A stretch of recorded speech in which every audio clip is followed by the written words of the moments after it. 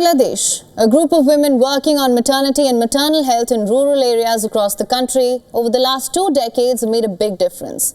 One of the country's success stories.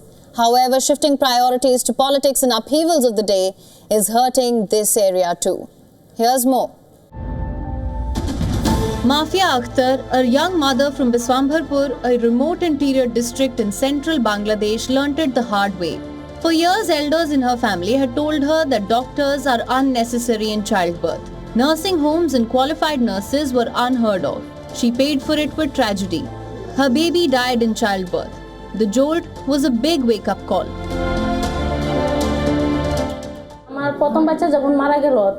After the death of my first baby, I told myself that if I don't go to the clinic, it could happen again this time. My condition was not good initially, and then I contacted Nargis, skilled birth attendant. She prescribed me some medicines and my situation improved. Then I decided that I'll give birth at the clinic so that my bleeding can be taken care of. It's been smoother this time.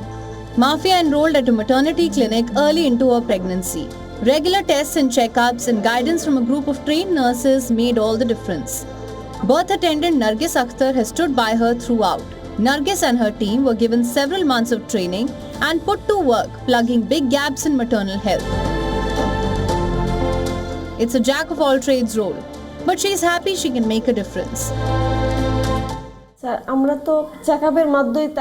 We classify pregnant women first, whether it's a normal, healthy pregnancy or a risky pregnancy.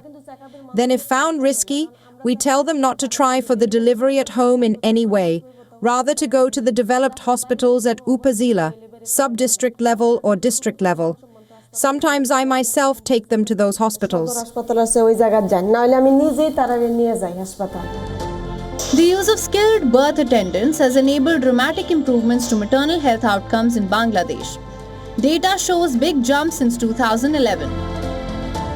Data from the 2022 Demographic and Health Survey showed that the percentage of deliveries attended by medically trained providers increased from 33% in 2011 to 70% in 2022.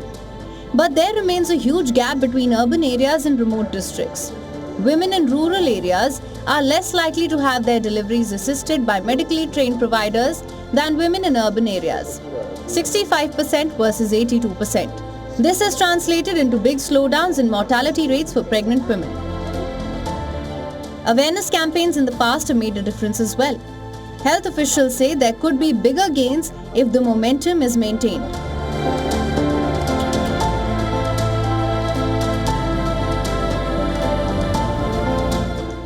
Currently there is about maternal death is about 160 or 167, 120 or 123 per thousand per lakh live birth, and per year we are achieving 6% less maternal deaths, and if we follow this trend or a bit better, then we can surely achieve SDG in our scheduled time or tentative time by 2030. But growing political priorities and shrinking international aid have derailed long-term plans in this area too. Bangladesh spends only 0.8% of its GDP on public health, and cuts there means stalling improvements on maternal health. Officials say health funding is far from the top agenda of the present government. Focus has shifted to maintaining law and order and democracy reforms, and people's welfare movement that showed healthy potential faces derailment.